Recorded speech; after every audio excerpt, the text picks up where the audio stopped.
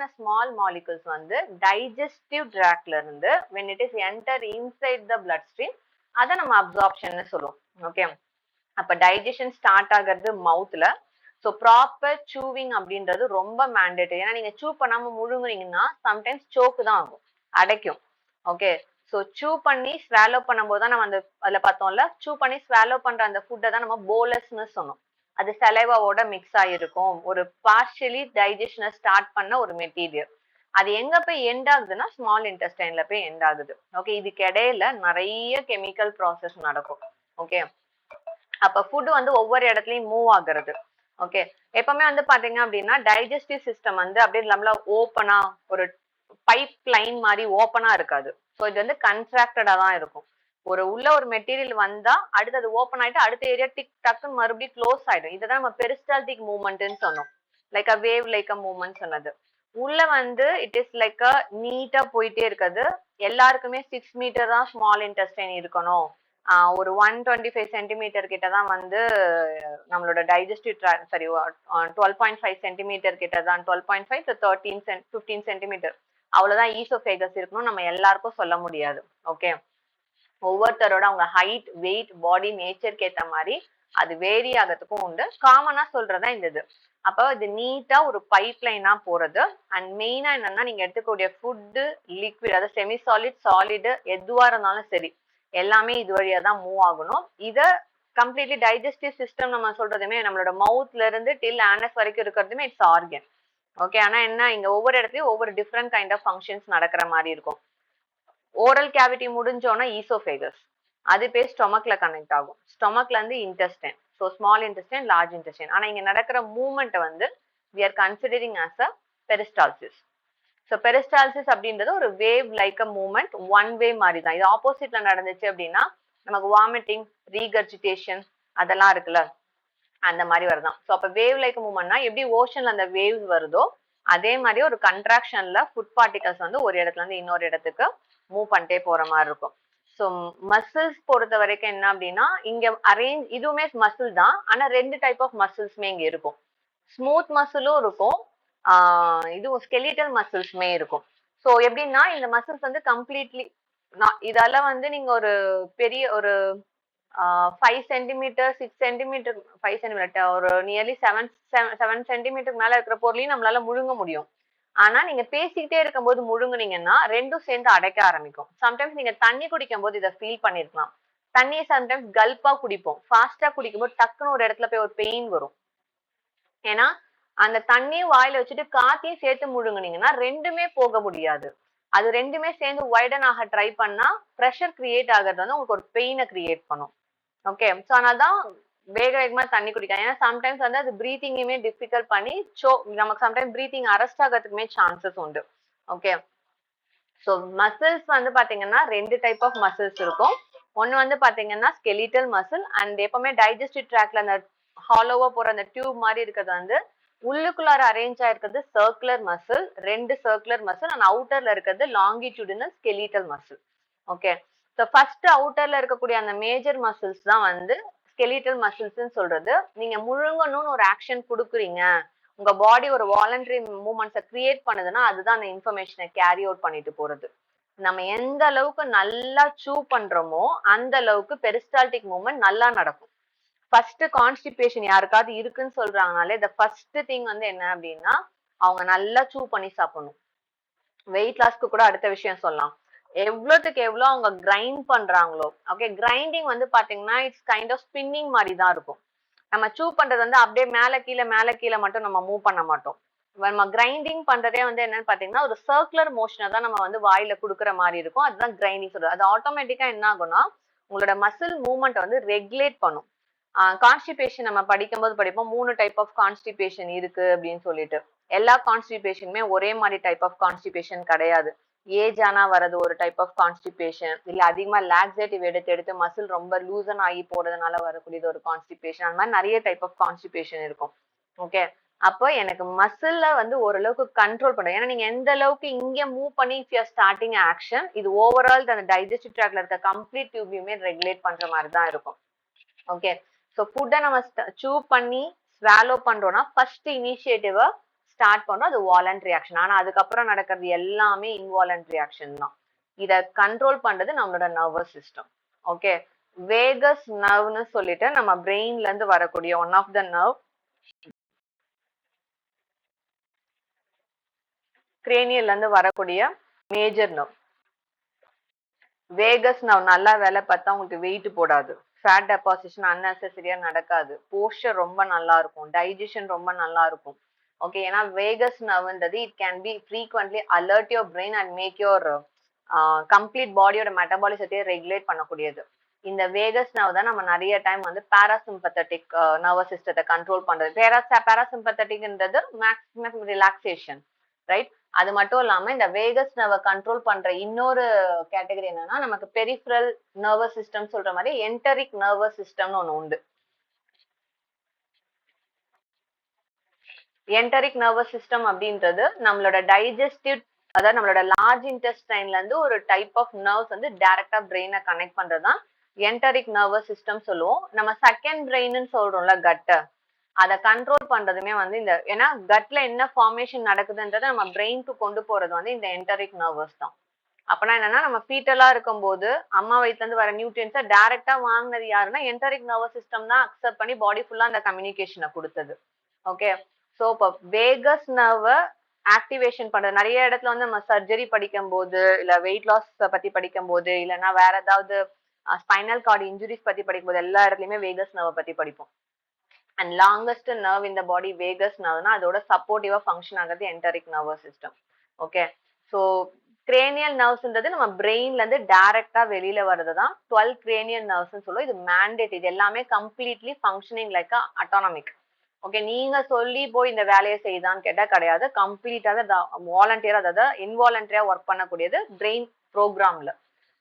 எனக்கு கண்டினியூஸா ஒருத்தவங்க வந்து டிப்ரெஷன் ஆயிட்டே இருக்காங்க, இல்ல நிறைய தாட்ஸ் வேற ஏதோ ரிலேட்டடான தாட்ஸ்லயே இருக்காங்க, இல்ல அவங்களோட ஹைப்போதலாமஸ்ல ஏதாவது ப்ராப்ளம் இருக்குன்னா வேகஸ் நர்வ் அதை அஃபெக்ட் பண்ணும். Vegas nerve even it can control your cortisol. ஏன்னா கண்டிப்பா இன்வாலண்டரினா கார்டிசாலையும் கண்ட்ரோல் பண்ணக்கூடியதுதான். ஓகே.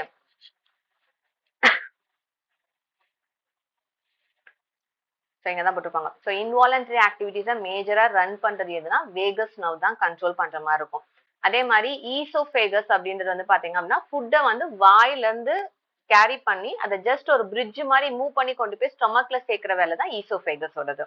மற்றபடி ஈசோஃபேகஸ்க்கு தனியா வந்து ஃபங்க்ஷன்லாம் எதுவுமே கிடையாது. ஆனா ஈசோஃபேகஸ்ல கொஞ்சமா மியூக்கஸ் செக்ரீஷன் மட்டும் நடக்கும். அப்ப உங்களோட மவுத்தையும் உங்களோட அதாவது த்ரோட்டையும் உங்களோட ஸ்டொமக்கையும் கனெக்ட் பண்ற ஒரு மிட் ஜங்ஷன் ஏரியாவா தான் நம்ம ஈசோஃபேகஸை பாக்குறது. ஸோ ஈசோஃபேகஸ் அதுக்கப்புறம் கனெக்டட் டு ஸ்டொமக், ஸ்டொமக்ல சில செக்ரீஷன்ஸ் நடக்குது, அங்க சில ஆக்ஷன்ஸுமே நடக்குது. ஓகே. இதுக்குள்ளார வந்து நம்ம ஏற்கனவே சொன்ன மாதிரி ரிங் மாதிரி சப்ஸ்டன்ஸ்ல தான் உள்ள வந்து அரேஞ்ச் ஆயிருக்கும். அதுக்கு ரிங்கா இருக்கிறதுனால ஈஸியா கம்ப்ரஸ் ஆகி ஃபுட்டை வந்து ஈஸியா ஒரு இடத்துல இருந்து இன்னொரு இடத்துக்கு மூவ் பண்றதுக்கு சான்சஸ் அதிகமா உண்டு. ஒரு பக்கம் கண்ட்ராக்ட் ஆனாதான் ஒரு பக்கம் விரியும், அப்பதான் ஃபுட் ஒரு பக்கத்துல இன்னொரு பக்கத்துக்கு போகும். அடுத்து இன்னொரு பக்கம் கண்ட்ராக்ஷன் நடக்கும், அது அடுத்து ஜம்ப் ஆகும். ஸோ இந்த மூவ்மெண்ட்டை தான் நம்ம பெரிஸ்டால்சிஸ் அப்படின்னு சொல்றது. இதே பேட்டர்ன்ல தான் ஃபுட் என்டர் ஆகி ஈசோஃபேகஸ்ல இருந்து ஸ்டொமக்குள்ளார என்டர் ஆகும் போது அந்த ஈசோஃபேஜியல் ஸ்பிங்டர் ஓப்பன் ஆனாதான் இந்த ஃபுட் உள்ள போகும். அது ஆட்டோமேட்டிக்காவே ஓப்பன் ஆயிடும். நீங்க ஒரு தண்ணி குடிக்க போறீங்க, இல்லைன்னா ஒரு ஃபுட்டு சாப்பிடுறீங்க, ஆட்டோமேட்டிக்கா உள்ள போகும். ஆனா அதே மாதிரி உள்ள இருக்கிறத நேச்சுரல் நார்மல் ஃபங்க்ஷன்ல ஸ்டொமக்குக்கு உள்ள இருக்கிற ஃபுட்டை அது திருப்பி வெளியில விடாது, ஒன் வே மாதிரி தான். ஆனா அப்நார்மலிட்டி நடந்துச்சுன்னா அந்த ஸ்பிங்டர் ஓப்பனாவே இருக்கும். லைக் என்னன்னா வால்வ் வந்து ஓப்பனாவே இருந்தா எது கழிச்சு வெளியில வர மாதிரி தான், அது நடக்கிறதுக்கு சான்சஸ் உண்டு. இப்ப ஸ்டொமக்கோட வேலை என்னன்னா ஒரு 3 வேலை தான் ஸ்டொமக்குக்கு. ஃபர்ஸ்ட் உள்ள வர அந்த ஃபுட்டை உள்ள விடணும். அப்ப உள்ள அலோ பண்றது, அது லிக்விடா இருக்கட்டும் ஃபுட்டா இருக்கட்டும் எதுவா வேணா இருந்தாலும் உள்ள அலோ பண்ணி ஃபர்ஸ்ட் ஸ்டோர் பண்ணணும். அதுக்கப்புறமா ஸ்டொமக் வந்து பாத்தீங்கன்னா it have to do certain secretion, அந்த செக்ரீஷனோட சேர்த்து எல்லா ஃபுட்டையும் மிக்ஸ் பண்ணணும். ஓகே. ஸோ மேக்சிமம் ஸ்டொமக்ல நம்ம நிறைய ஏரியாஸ் பார்த்தோம். ஓகே. அது நம்ம ஹார்மோன்ஸோ இல்லைன்னா டிஃபெக்டிவ் சான்சஸ் பத்தி படிக்கும்போது அந்த பார்ட்ஸ் எல்லாத்தையுமே நம்ம யூஸ் பண்ணுவோம். ஃபண்டஸ், கார்டியாக்னு சொல்லிட்டு சில இதெல்லாம் சொன்னோம்ல, அதெல்லாம் அப்ப யூஸ் பண்ணுவோம். ஸோ ஸ்டொமக்கை பொறுத்த வரைக்கும் கீழே லோவர் ஜே மாதிரி ஒரு கர்வேச்சர் இருக்கும், அங்க எப்பவுமே ஆசிட் செக்ரேஷன் இருக்கும். ஃபண்டஸ் போர்ஷன்ல மற்ற ஏரியால கார்டியாக்னு சொல்லக்கூடிய ஏரியால பாடி பார்ட்னு சொல்றதுலாம் அவ்வளோவா எப்பவுமே வந்து ஆசிட் செக்ரேஷன்ஸ் இருக்காது.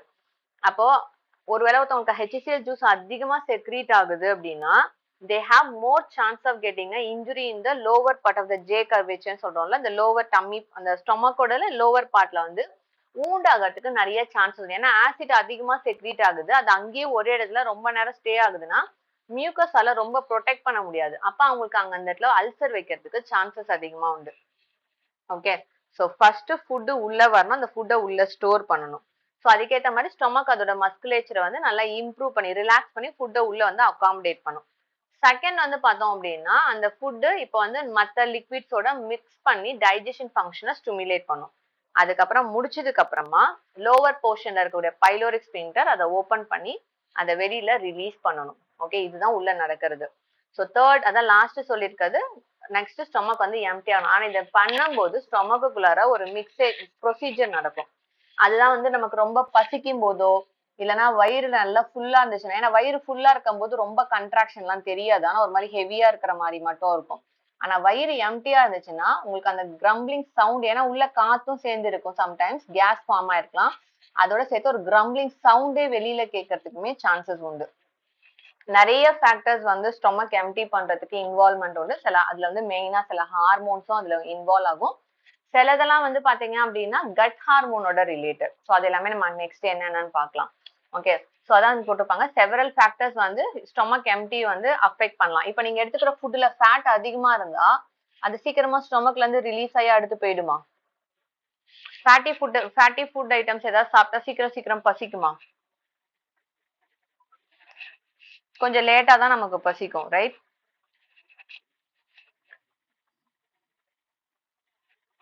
ஓகே, ஸோ அப்படின்னா என்னன்னா சில ஃபுட் ஐட்டம், இப்போ நான் ப்ரோட்டீன் ஃபுட் அதிகமா சாப்பிட்றேன், அதுவும் சீக்கிரமா ஸ்டொமக்ல இருந்து ரிலீஸ் ஆகாது. அப்படின்னா என்னன்னா கார்போஹைட்ரேட் ஃபுட்டு ரொம்ப ஃபாஸ்டா டைஜஷன் ஆகும். ஆனா அதுவே காம்ப்ளெக்ஸ் கார்பா இருக்கு, ஃபைபர் அதிகமா இருக்குன்னா டைஜஷன் கொஞ்சம் ஸ்லோவா தான் நடக்கிற மாதிரி இருக்கும். ஸோ செவரல் ஃபேக்டர்ஸ் வந்து நம்மளோட டைஜஷனை டைம் வந்து சேஞ்ச் பண்ணலாம். ஓகே, அதே மாதிரி ஒருவேளை எனக்கு ஹெச்சிசிஎல் ஜூஸே கம்மியா தான் செக்ரீட் ஆகுதுன்னா எனக்கு டைஜஷன் இன்னும் கொஞ்சம் டிலே ஆகிறதுக்கு சான்சஸ் அதிகமா உண்டு. அப்ப ஸ்டொமக் எம்டி ஆகிறத டிலே பண்றதுக்கு நிறைய சான்ஸ், ஒன்றும் அதிகமாகவும் பண்ணலாம். ஸ்ட்ரெஸ்ஸா இருக்கிறவங்களுக்கு சீக்கிரம் ஃபுட் டைஜஷன் ஆகும். வித்தின் 1 hour 2 hourலேயே சிலருக்குலாம் வந்து மோஷன் போகணும்னு தோணும். அப்ப ஸ்டொமக் அங்கே ஃபாஸ்டா எம்டி ஆகுதுன்னு அர்த்தம். ஓகே, ஸோ ஸ்டொமக் எம்டி ஆகுதுன்னா it have to be happen with multiple process. Muscle, nerves, hormones action and enzyme actions எல்லாமே சேர்ந்து தான் அங்கே நடக்கிற மாதிரி இருக்கும். ஆனா இதை ஹேண்டில் பண்றது யாரு அப்படின்னு பாத்தீங்கன்னா நம்மளோட பேன்க்ரியாஸ், லிவர், அதுக்கப்புறம் ஸ்மால் இன்டெஸ்டைன். ஏன்னா இது எல்லாமே மிக்ஸ் ஆகி தான் இந்த வேலையை பண்ற மாதிரி இருக்கும். ஸோ ஸ்மால் இன்டெஸ்டைன்ல ப்ரொடக்ஷன் நடக்கக்கூடிய சில என்சைமேட்டிக் ஜூசஸ்மே இதுக்கு ரெஸ்பான்சிபிள் தான். அப்ப டைஜஷனை ஃபர்தர் மூவ் பண்ணணும் அப்படின்னா இதோட ஃபங்க்ஷன்ஸ் எல்லாம் கரெக்டா நடக்கிற மாதிரி இருக்கும்.